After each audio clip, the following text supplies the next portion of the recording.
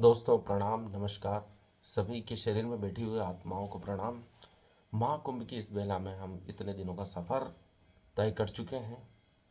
आज हम बताएंगे कि संत कैसे भाव शून्य रहते हैं, विचारों से मुक्त रहते हैं, चिंताओं से मुक्त रहते हैं।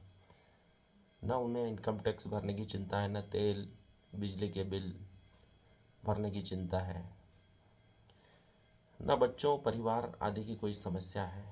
वह विमुक्त हैं, संसार से मुक्त हैं, उन्हें किसी प्रकार की कोई समस्या नहीं है। महाकुंभ में जब इतने कठिन परिस्थिति में रहने वाले संत, उनका स्वास्थ्य भी उत्तम है, बलिष्ठ है। एक संत जो नेपाल से आए हैं, उन्होंने भारत से ही दीक्षा ली है।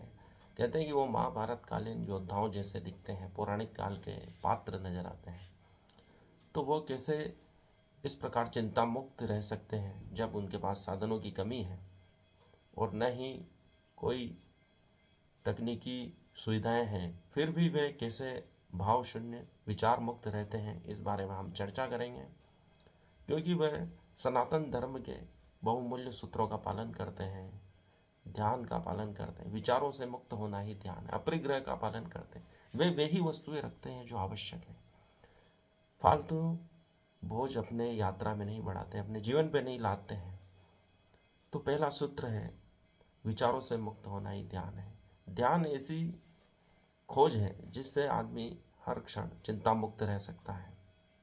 महाकुंभ में डुबकी लगवाने वाले संत हर पल इस चीज़ का ध्यान रखते हैं कि वह इसी क्षण में जिए, क्योंकि जो भी है इसी क्षण में है।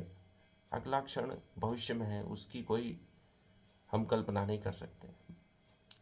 और जो बीत गया इतिहास है, उसका हम संशोधन नहीं कर सकते हैं।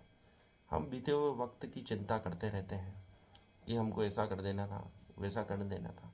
उस समय हमने जो निर्णय लिया भूतकाल में, वह बेस्ट लिया है ऐसा मानकर चलें, उसका अब संशोधन नहीं हो सकता है।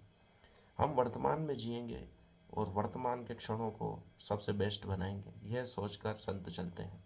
हमें भी उसी राह पर चलना चाहिए। इसी क्षण में हो सकता है सब कुछ, दूसरे क्षण की हम कल्पना नहीं कर सकते हैं, उसको सुधार नहीं सकते हैं हम। लेकिन इस क्षण में, इस वर्तमान में, इस समय को हम सुधार सकते हैं, अपने आप का सुधार कर सकते हैं, अपने कार्यों का सुधार कर सकते हैं। पुरानी गलतियों को नहीं दोहराते हुए सफलता की ओर बढ़ सकते हैं। यह मानते हुए चलिए कि निरंतर हम में सुधार हो रहा था। कल वाला व्यक्ति मैं आज नहीं हूँ और इस क्षण का पूरा आनंद ले रहा हूँ। अगले पल की बिल्कुल नहीं सोच रहा हूँ। भूतकाल के विचारों में मैं नहीं डूब रहा हूँ। जो भूतकाल के विचारों में डूबे रहते हैं, अति चिंतन करते हैं, वे मानसिक रोगी हो जाते हैं। अति चिंतन भी एक बीमारी है। बहुत ज़्यादा सोचना भी एक बीमारी है। ज़्यादा ना सोचें, इजी वे में लें। उनको ज़्यादा लोड लेने नहीं वाला व्यक्ति बनाएं अपने आप को। ज़्यादा चिंता ना करें, नेगलेक्ट करें, दूसरों के विचारों से उदासीन रहें, दूसरों की प्रतिक्रिया से उदासीन रहें, उन्हें इग्नोर करना सीखें। अपने आप पर विश्वास रखें। आत्मविश्वास ऐसी चीज़ है जो आपको सफलता दिलाएगी। लेकिन आप लोगों की प्रतिक्रिया पर हर क्षण चिंतन करते हैं, जो बीत गया है आपके साथ होने वाली घटनाओं का चिंतन करते हैं, तो आप कभी उन्नति नहीं कर पाएंगे। जो हो गया वो हो गया। अपने आप को इस क्षण में बेस्ट बनाएं, पुरानी गलतियों को न दोहराएं और इसी क्षण में जिएं। एक एक क्षण का अपने दोस्तों के साथ बैठने का पूरा आनंद लीजिए। भविष्य की कल्पना मत कीजिए। आप उपस्थित जहाँ हैं वहाँ स्थिर हो जाइए। इसलिए भगवान बुद्ध ने कहा कि भोजन का कौर लेते हुए, भोजन करते हुए भी आप ध्यान करें, चलते हुए ध्यान करें। एक एक कदम भूमि को स्पर्श कर रहा है, उस स्पर्श को महसूस करें। भोजन का कौर जो आप मुंह में ले रहे हैं, उसके स्वाद का आनंद लें। उसमें क्या इंग्रेडिएंट्स हैं, मसाले हैं, उसको देखें, सूंघें। अर्थात जो भी कर रहे हैं उसको पूरा भोग लें, आनंद ले लें, तो आपको त्याग करने में कोई समस्या नहीं होगी। यदि आप वर्तमान में जीते हैं तो चिंता मुक्त रह सकते हैं। वर्तमान में रहना ही सब चिंताओं से मुक्त होने की प्रक्रिया है, जिसका महाकुंभ के संत पालन करते हैं। और दूसरा है अपरिग्रह। ज़्यादा वस्तुएं भी चिंता उत्पन्न करती है। घर में इधर उधर बिखरा हुआ सामान, और आपकी बहुत सारी चीज़ें आपके लिए तनाव का कारण बनती हैं। उन्हीं चीज़ों को अपने पास रखें जो आपको आवश्यकता है। यदि आप बहुत सारी चीज़ें रखते हैं तो वे तनाव उत्पन्न करती हैं। उनको व्यवस्थित रखने में ही पूरा दिन खर्च हो जाता है, उनकी साफ सफाई में ही दिन खर्च हो जाता है। यदि आप सोचें कि आप दीपावली पर सफाई करना है तो आप बहुत ही चिंतित हो जाओगे, क्योंकि आपको मालूम है बहुत सारी चीज़ें हैं, उनको साफ़ करना है, वापस व्यवस्थित रखना है। तो उतनी ही चीज़ें रखें जो आपके लिए आवश्यक है। यदि बिल्कुल खाली कमरा है तो उसको साफ़ करना आसान हो जाता है, लेकिन आपके पास बहुत सारी चीज़ें हैं तो आप पहले ही चिंताओं में डूब जाओगे। ऐसा ही विचारों का मामला है। यदि आपके पास बहुत सारे विचार हैं तो आपको चिंता उत्पन्न करेंगे, आप चिंतित रहेंगे। लेकिन आपके पास एक ही विचार है एक ही समय में, तो आप आनंदित रहेंगे, उस कार्य को करने में भी आनंद आएगा।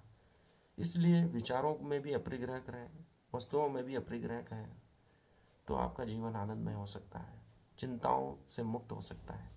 संत इसलिए आनंदित रहते हैं क्योंकि उनके पास बहुत सारा सामान नहीं है, बहुत सारे विचारों की भीड़ नहीं है।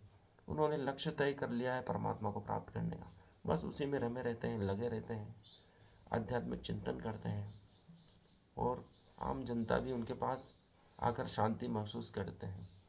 ओशो ने कहा था, यदि आपके पास कोई प्रश्न नहीं है तो भी आप संतों के पास बैठते हैं तो एक अद्भुत शांति का अनुभव होता है। तो उसका कारण यही है क्योंकि उनके विचारों की तरंगें आपको प्रभावित कर रही हैं, शांति की तरंगें प्रभावित कर रही हैं। और आप जब भी जीवन से निराश हो जाते हैं, उदास हो जाते हैं, तो आपको संतों की शरण में जाना चाहिए, मंदिर की शरण में जाना चाहिए, अपने पूजा स्थल की शरण में जाना चाहिए।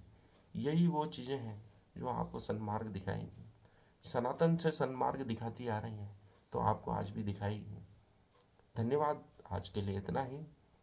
महाकुंभ की इस बेला में अपने आत्मचिंतन को मजबूत कीजिए, अपनी आत्मा का विस्तार कीजिए, महामानव बनने की प्रक्रिया का आनंद लीजिए, क्योंकि धरती पर यह घटना 1144 वर्षों में आनी है और हम इसके दृष्टा बन रहे हैं, सहभागी बन रहे हैं। ये हमारे लिए बहुत ही गौरव की और सौभाग्य की बात है।